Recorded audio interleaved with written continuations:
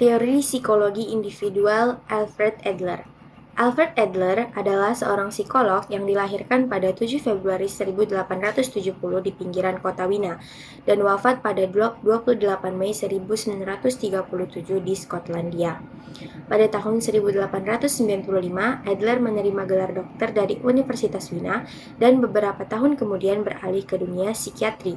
Pada tahun 1902, Adler bertemu dengan Freud dan menjadi anggota dari Wina Psychoanalytic Society selama 9 tahun ke depannya. Pada tahun 1911, ia meninggalkan Wina dikarenakan teorinya dengan Freud semakin hari semakin berbeda, di mana menurut Freud segala yang terjadi di masa lalu mempengaruhi siapa manusia itu sekarang. Sebaliknya, Adler berpendapat bahwa dorongan seseorang untuk mencapai kesempurnaan yang menentukan siapa manusia itu sekarang, dan masa lalu tidak sepenuhnya menciptakan style of life. Perjuangan untuk sukses dan superioritas. Perjuangan untuk sukses dan superioritas menurut Adler adalah dorongan menuju kesempurnaan atau penyesuaian yang memotivasi individu, di mana inferioritas bahwa semua manusia mengalami perasaan inferioritas sejak kecil. Ini adalah perasaan normal yang dapat memotivasi individu untuk tumbuh dan berkembang. Kemudian dipengaruhi oleh kompensasi. Individu berusaha untuk mengatasi perasaan inferioritas mereka melalui kompensasi, yaitu usaha untuk mengatasi kelemahan dan mengembangkan kekuatan.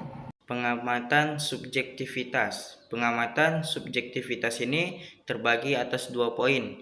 Yang pertama, fictionalism dan physical inferiority.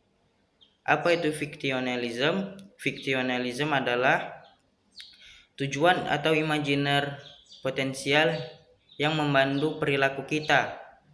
Contohnya seperti kita melakukan kegiatan di dunia ini atau melaksanakan kehidupan di dunia ini karena kita berkeyakinan kalau ada balasan kita di akhirat kelak.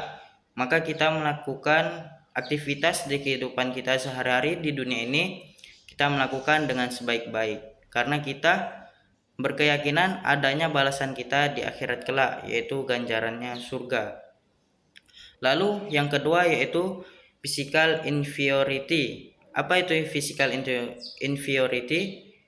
Adler bersikeras bahwa seluruh umat manusia itu diberkati dengan inferioritas organ. Karena manusia ini memulai hidupnya dengan kecil, lemah, dan tidak berdaya. Dan dari problem tersebut, manusia ingin berusaha keluar dari zona-zona tersebut, dari perasaan kecil, perasaan lemah. Manusia ingin keluar dari zona tersebut. Tetapi manusia ketika telah mencapai level kekuatan atau level yang unggul yang ia inginkan, ia tetap masih merasa lemah, masih merasa rendah. Itulah dari physical inferiority atau unity kepribadian. Sesuai dengan materinya, unity itu artinya kesatuan. Dari unity ini, Adler berpendapat bahwa setiap orang itu unik dan tidak dapat dipecah belah. Psikologi individu menekankan bahwasannya manusia ini pasti memiliki tujuan, pikiran, perasaan, dan kegiatan-kegiatan positif ialah kunci utama untuk mencapai tujuan-tujuan dari seseorang atau dari individu-individu tersebut. Dari kesatuan atau unity kepribadian ini, Adler membagi poin yang pertama yaitu logat organ dan kedua kesadaran dan tak sadar. Logat organ ini yaitu unity kepribadian bukan hanya kesatuan aspek-aspek kejiwaan seperti motivasi, perasaan, dan pikiran, tetapi unity juga meliputi keseluruhan tubuh atau keseluruhan organ tubuh. Lalu poin yang kedua, kesadaran dan tak sadar. Menurut Adler, tingkah laku tak sadar adalah bagian dari tujuan final yang belum diformulasi dan belum difahami secara jelas. Sedangkan pikiran sadar adalah apa saja yang dipahami dan diterima individu dapat membantu perjuangan menjadi sukses. Jadi tak sadar itu ialah contoh kecilnya atau pengertian lebih jelasnya, pikiran yang tidak terjadi di kehidupan nyata, tetapi pikiran itu terpendam di dalam jiwa tak sadar kita. Pikiran sadar ialah pikiran yang apa yang kita lakukan sekarang, itulah pikiran sadar. Minat sosial adalah konsep penting dalam psikologi yang dikembangkan oleh Alfred Adler. Menurut Adler, minat sosial merujuk pada kemampuan individu untuk berhubungan dan berinteraksi secara positif dengan orang lain. Ini mencakup rasa empati, kerjasama, dan keinginan untuk berkontribusi pada kesejahteraan masyarakat. Ada 5 poin penting tentang minat sosial menurut teori Adler. Yang pertama, keterhubungan dengan orang lain. Minat sosial mencerminkan bagaimana individu merasa terhubung dan berkomitmen terhadap orang lain dan komunitas. Yang kedua, ada dasar kesehatan mental. Adler berpendapat bahwa kesehatan mental yang baik ditandai oleh tingkat minat sosial yang tinggi. Individu yang memiliki minat sosial cenderung lebih bahagia dan lebih mampu menghadapi tantangan hidup. Yang ketiga, itu ada perkembangan pribadi. Minat sosial membantu individu dalam mengembangkan diri dan menciptakan hubungan yang sehat. Ini berkontribusi pada keberhasilan sosial dan emosional. Yang keempat, itu ada motivasi untuk berkontribusi. Orang dengan minat sosial yang tinggi biasanya terdorong untuk membantu orang lain dan terlibat dalam kegiatan komunitas. Yang kelima, itu ada kontra-egoisme. Adler menekankan bahwa minat sosial berlawanan dengan sikap egois dan individualisme. Ia percaya bahwa kebahagiaan sejati ditemukan dalam hubungan yang sehat dengan orang lain. Jadi, minat sosial ini adalah elemen fundamental dalam memahami perilaku manusia dan kesehatan mental menurut pandangan Adler. Oke, selanjutnya itu ada gaya hidup. Menurut Adler, gaya hidup merujuk pada pola perilaku, nilai, dan cara berpikir yang dikembangkan individu sebagai respon terhadap pengalaman hidup mereka.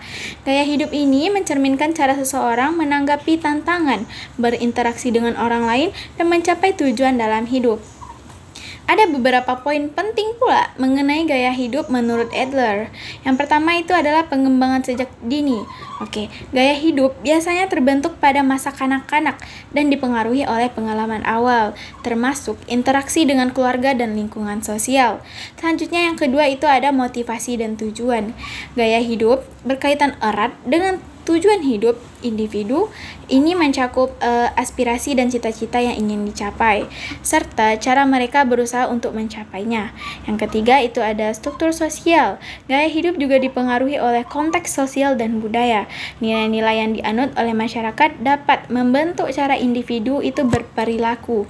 Nah, yang keempat itu ada kesehatan mental. Adler percaya bahwa gaya hidup yang sehat adalah yang mencakup minat sosial dan kemampuan untuk membangun hubungan yang positif dengan orang lain. Sebaliknya, gaya hidup yang negatif atau maladaptif dapat menyebabkan masalah kesehatan mental. Yang kelima ada perubahan dan pertumbuhan. Gaya hidup bukanlah suatu yang statis. Individu dapat mengubah dan mengembangkan gaya hidup mereka seiring waktu, terutama melalui pengalaman baru dan refleksi diri. Sekian, terima kasih. Aplikasi teori individual dalam praktek psikologi. Yang pertama, keadaan keluarga. Ketika melakukan terapi, Adler hampir selalu bertanya kepada pasien tentang konstelasi keluarga mereka, yaitu urutan kelahiran, gender saudara kandung, dan umur yang terbentang di antara mereka.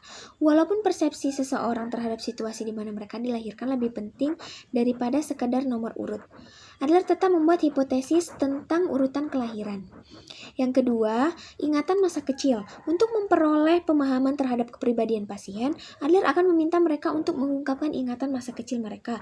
Walaupun Adler berpendapat bahwa ingatan yang diungkapkan akan memberikan petunjuk untuk memahami gaya hidup pasien, ia tidak menganggap bahwa ingatan-ingatan ini memiliki dampak kasual.